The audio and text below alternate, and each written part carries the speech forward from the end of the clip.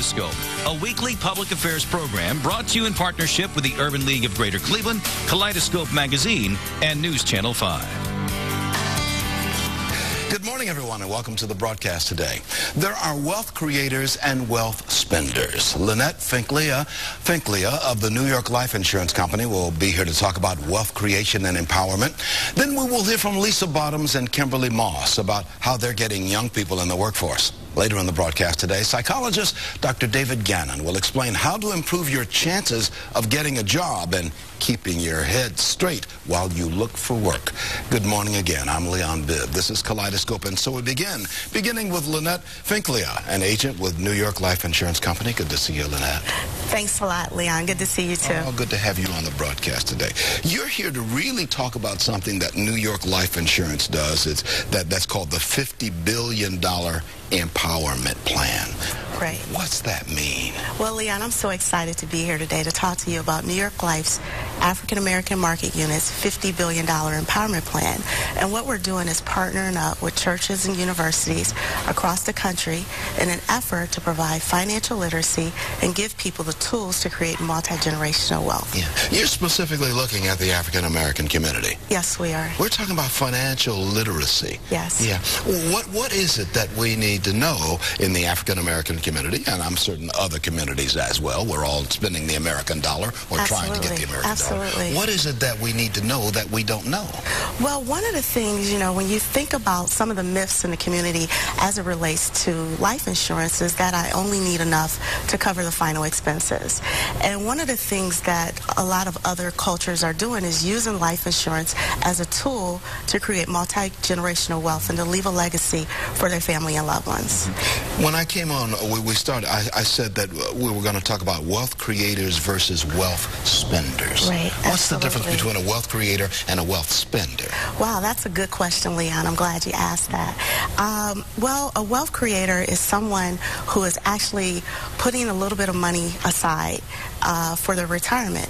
In fact, it's estimated by the year 2017 that only 75% of every dollar promised for Social Security benefits will be available. And so we have to start looking at ways to plan for retirement.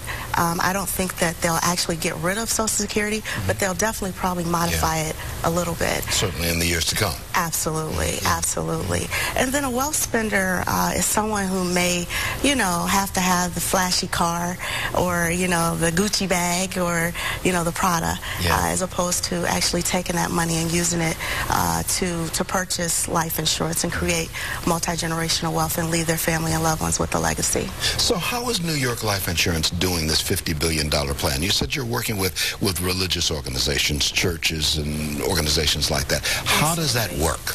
Well, you know what, Leon? I actually work with the Christian Business League, and I co-chair a quarterly financial empowerment workshop. And, we go into churches on a quarterly basis, and we teach people about financial literacy, all from a faith-based standpoint, because the Bible teaches you to be a good steward of your finances. Right. And so we're partnering up with the Christian Business League and other churches in the greater Cleveland area to teach people about financial literacy and give them the tools necessary to be successful and help the community succeed. We've had Mike Shin on this broadcast talking about the Christian Business League and the work that you do. What must we keep in mind? If there's one thing that you can tell our audience today that they need to keep in mind, especially in the African American community, but I'm assuming that this all works for any community, but I know you target African Americans because we haven't done as much as we need to do in that community regarding saving. What one thing would you leave us with? Well, Leon, if I could think of one thing that I would leave everybody with is just, one thing I like to ask people is, what would your family's future, economic future be like, if you weren't around? What would Christmas be like if you weren't around? Would your children be able to go to college? Would your family have to move out the house if you weren't around? And so if you haven't made a plan for your economic future, I consider I think you should consider doing so. And of course, New York Life can help folks make plans for their economic futures. That's why you're here as an agent for New York Life Insurance. Are there myths about life insurance that we need to shatter? Absolutely. One of the major myths within the community, but particularly in the African American community about life insurance, is that I have it on the job, and so I don't necessarily need to purchase a life insurance policy outside of the job. And a lot of people don't realize is that life insurance on the job is term life insurance. It doesn't have a portability feature, and once you leave the job and or retire, you don't have life insurance. And so, at 60 or 70 years, not the best time, to be looking for life insurance, because, as we get older, our health is not guaranteed, and so we're not guaranteed to always be healthy and able to actually qualify for life insurance. Let me put a phone number on the screen. As we see one already there, simply ask and it will be given, somebody told me, and there it is, 216-520-5200, or you can go to newyorklife.com, get more information on everything we've been talking about. How do people link up with you, Lynette Finklia, agent, New York Life Insurance Company, if they want to work with you in the Christian Business League and do this financial literacy piece with their church organizations? Absolutely. You can contact me anytime on my cell phone. That number is 216-378-9485. 378-9845. 378-9485. 9485, and people can call that number, and you can hook them up with a plan, and you make an appearance, or someone will make an appearance at the church. Absolutely, absolutely. Yeah. We'd love to come out and visit. I hope this was you were able to get your word out here on what you're doing. Absolutely. Thanks a lot. It's the $50 billion empowerment plan. Lynette Finklia is an agent with New York Life Insurance, and she and others are working closely in the African American community, certainly to keep financial literacy uppermost in the minds of many people, realizing that you've got to save some money along the way if you want something at the end of the line. Absolutely, Leon. I think Leon said it well, didn't he? You said it great. Okay, thank you, Lynette. Okay. We're going to take a break right now. This is Kaleidoscope. Many thanks for being on the broadcast today. I'll be right back in just a moment. We're going to hear about the Cleveland Foundation's MyCom program after we do this, especially for you. Welcome back to Kaleidoscope. Good to have you with us today. Cleveland Foundation Program Director for Human Services, Child and Youth Development joins me this morning, Lisa Bottoms, along with the Summa Health System Workforce Development Specialist, Kimberly Moss. They're here to talk about what's called the MyCom program. They'll also explain how business can hire young people who are participating in MyCom. Good to have you with us, Lisa Bottoms, sitting next to me, and Kimberly Moss sitting on the outside there. Good to have you both here. Thanks for having us, Leon. Tell you what, Lisa, why don't we start with you? What is MyCom? MyCom is a public-private youth development initiative that we put together to help young people achieve their necessary actualization. So we're trying to make sure that young people graduate from high school, that they do something post-secondary, and that they are able to be good citizens in our world. And so we do that by having 100 social service providers providing services and supports. We have over 250 businesses that employ these young people, and to try to get them to use the skills that they've learned. And so that's what MyCom's about. You get them to understand how important education is. Stay in school, get that education. Absolutely. Now let's get qualified for work. Absolutely. And they learn other skills such as community service, how to be leaders in their community.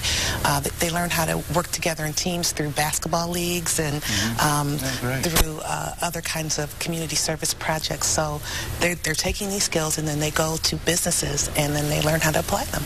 Kimberly Moss, your workforce development specialist with Summa Health System. Tell me, how does Summa Health System fit into this now? Well, Summa Health System is one of the 7 healthcare partners in NOSIC, which is the Northeast Ohio Health Science and Innovation Coalition.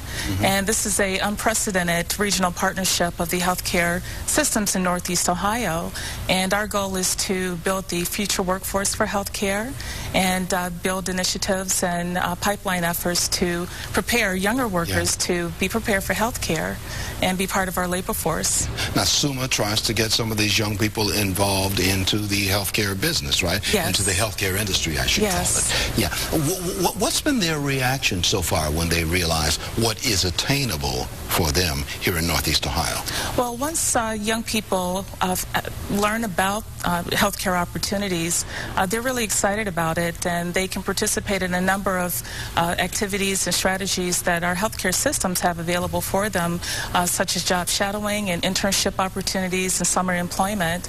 So when they learn that there are some significant employment opportunities available for them, they're more energized about seeking out training in these fields and are encouraged to attend college to prepare for those occupations. Lisa, you're Program Director for Human Services and Child and Development for Cleveland Foundation. Why did Cleveland Foundation decide to get into this? Well, it was really important, Leon. We had supported a public-private early childhood initiative, and so we were touching young people, or our youngest citizens, from prenatally through the age of 5, and then we had this whole economic development piece. And so there was this big gaping hole in the middle of how do we make sure that our kids that are going to kindergarten end up into the workforce. How big an area are we talking about here as we deal with these young folks? MyCom starts at 5, kindergarten, and goes all the way through graduation. We're covering all of Northeast Ohio, or a good part of Northeast Ohio? We're covering Cuyahoga County, and it's specifically 8 MyCom neighborhoods. However, we have universal strategies like the one we're doing with Kimberly here for all Cuyahoga County and Northeast Ohio. Yeah, okay. Why do you think this is vital, Kimberly, and how can folks get their children involved in this? Well, it's very vital for our region. We need to put in time and effort now to prepare for a future workforce and have individuals in our labor workforce who are available and ready to go into occupations in healthcare that will become vacant as our baby boomer working population as they begin to retire. And we can do that by providing opportunities such as the children in MyCom, by providing them with opportunities to gain work experience in our healthcare organizations. Let's put a website up on the screen right now for more information. You can go to mycom.net/talent. mycom.net/talent. You see it at the bottom of the screen. I'm intrigued that you begin with kids at a very young age. I mean, you don't wait till 16 years old. I mean, you grabbing them in kindergarten. Yes. In first grade, down in there. What's the thought behind that? And do you deal with the parents when you're dealing with the young kids this year? Oh, absolutely, because we have to sell them on the idea that a career in healthcare should be a career of choice for them. So we're going to partner with MyCom over the next 3 years to help build their future workforce. And one of the things that we're going to do is develop a marketing strategy to inform young students and youth about employment opportunities in healthcare. We're also going to assist them in going to college and increasing their college degree attainment rate, and then also providing the employment opportunities for them. Lisa, we've got about 30 seconds remaining. You are really trying to get folks to think about long-range stuff. Right. Long-range stuff for the kids. That's right. Speak to that for a second or so, and the kinds of opportunities you see out there. Well, what we're trying to get people to understand is that you can't start at 16. It's too late. You must start at the beginning. So we're trying to create this pipeline. And so we're trying to make sure that young people gain the skills through after-school activities, and then they're able to apply those skills through programs like our partnership through NOSIC. And go into the businesses that they want to go into, healthcare or whatever else. Or whatever else they want to go into. Absolutely. Once again, it's mycom.net/talent. mycom.net/talent. You want to write that one down, put it on the refrigerator, and every day you want to talk to your kids about, we got to get you ready for life. That's right. Even at kindergarten. That's exactly right. It's heavy at kindergarten. I know, you've got to start. They'll get it. They'll get it sooner or later. That's right. Many thanks. Lisa Bottoms, who's with Cleveland Foundation, and Kimberly Moss, who's with Summa Health System. Thank you so much. Thank you, Leon. Today. And we're going to get some more kids in the pipeline. That's right. That's what we have to do. I've got to take a break. I'll be right back in just a moment, talking about improving your chances of getting employed, keeping your head right. I'm Leon Bibb. Back in a moment. Welcome back to Kaleidoscope today. If you've been applying for jobs for the past few months and you are still unemployed, Dr. David Gannon of Psychological and Family Consultants has some tips for you. He'll explain how to change your outlook to improve your chances of landing that dream job. He's with us now, Dr. David Gannon, Psychological and Family Consultants. Good to have you with us, Doc. Thank you. Yeah. Tell me this. So we're talking about what's going on in the workplace, people without work. It does a number on your head. It does. And how do you deal with that? Well, that's part of the problem. I think if you looked at things, some factors that could lower your self-esteem, probably losing your job through no fault of your own. You're playing by the rules. You're doing everything right. Yeah. Which is what a lot of people are doing, and then they got laid off. The economy slumped, and they got laid off.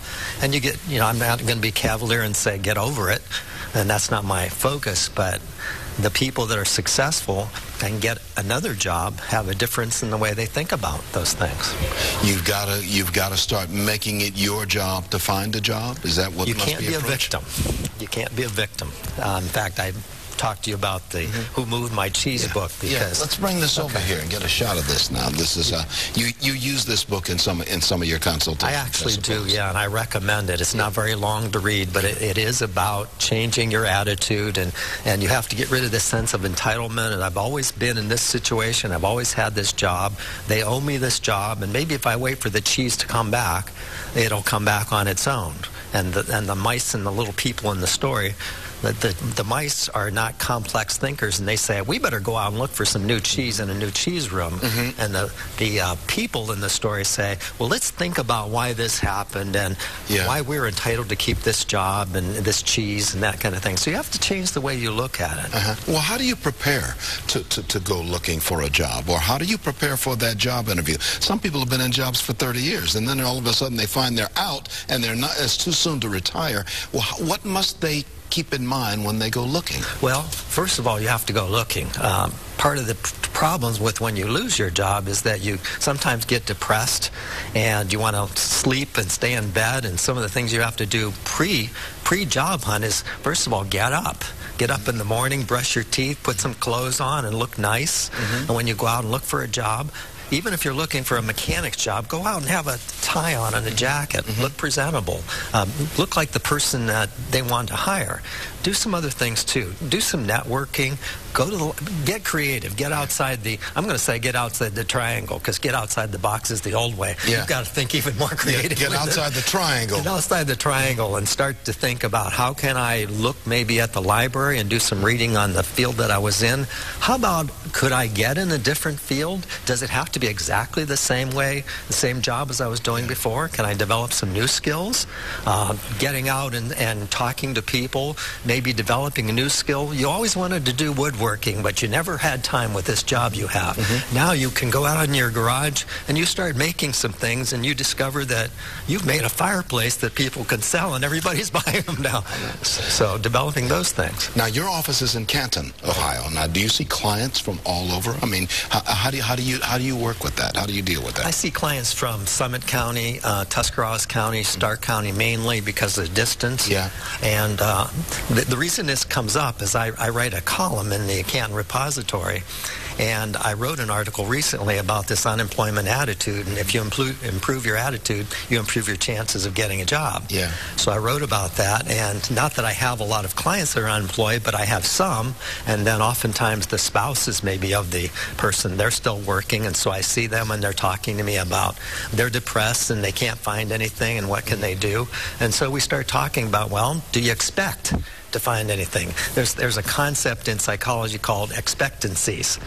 And if you expect to be able to make a change and impact your situation, you will.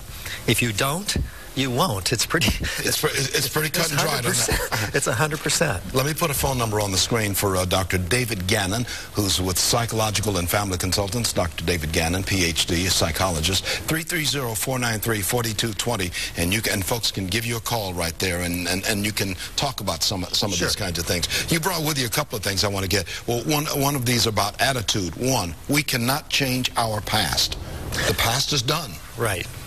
This is there's a this saying right here by Swindoll. Yeah. He talks about there you can look at your past. You can say, oh, if I'd only done this, if this would have happened, if they hadn't done this to me. But all you're doing is staying stuck when you reflect back on what could have happened. Again, I'm not discounting that you're going to have some emotions and feelings about that. This shouldn't have happened to me. You're right. That shouldn't have happened to you. But it did. But it did. So now what are you going to do? The company has cut back. It did, so I got to move on. And you played by the rules, too. You did everything you were supposed to. You were coming to work. You were working hard. They said, dedicate yourself to this and you'll go far with us. And you did all those things. And then the economy slumped and they said, hey, Joe, we're going to have to cut back here, and we didn't want to lose you, but kind of hang around in case things get better. Well, you can hang around on your couch and wait for things to get better, or you can get out and start creating. So we're going to help folks get out and start creating. Dr. David Gannon with Psychological and Family Consultants in Canton, we appreciate you being on the broadcast today. Thank you. We're going to have you back because you bring a wealth of wisdom with you. Great, thank you. Thank you so much. Nice meeting you. Good to see you. Good meeting you. Good to have you on the broadcast. I'm going to take a break. Marcia MacCabe, the Urban League, after this. Oh, it does.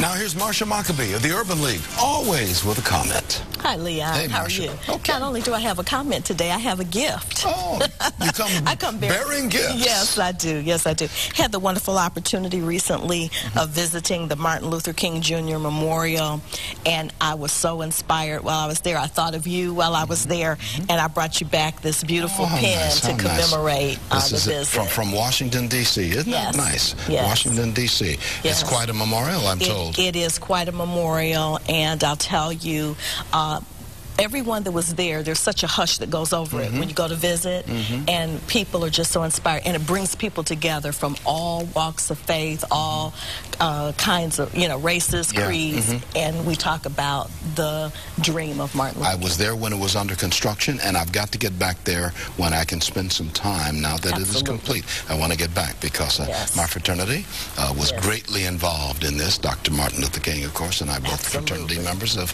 Alpha Phi Alpha. I know. And the brothers of Alpha Phi Alpha know that I have to say that. Absolutely. But he was a great man. He was. And there were Alpha men with us that day in our contingent who actually sang the Alpha song there at the foot, and it was very, very moving. Yeah, Martin Luther King was a great man, not only for our fraternity Alpha Phi Alpha, not only for the United States, but for the entire world. Absolutely. Because of what he brought to us. Absolutely. Absolutely. And we want to keep that dream alive. Yeah. And we want to keep those ideas alive in our community, and we want him to be proud of where we've come from. Yeah. Okay. Well, always words of wisdom. Thank you. She came bearing gifts today, too. Many thanks to my good friend, Marcia MacCabe. That's going to do it. Be well. Kaleidoscope, a weekly public affairs program brought to you in partnership with the Urban League of Greater Cleveland, Kaleidoscope Magazine, and News Channel 5.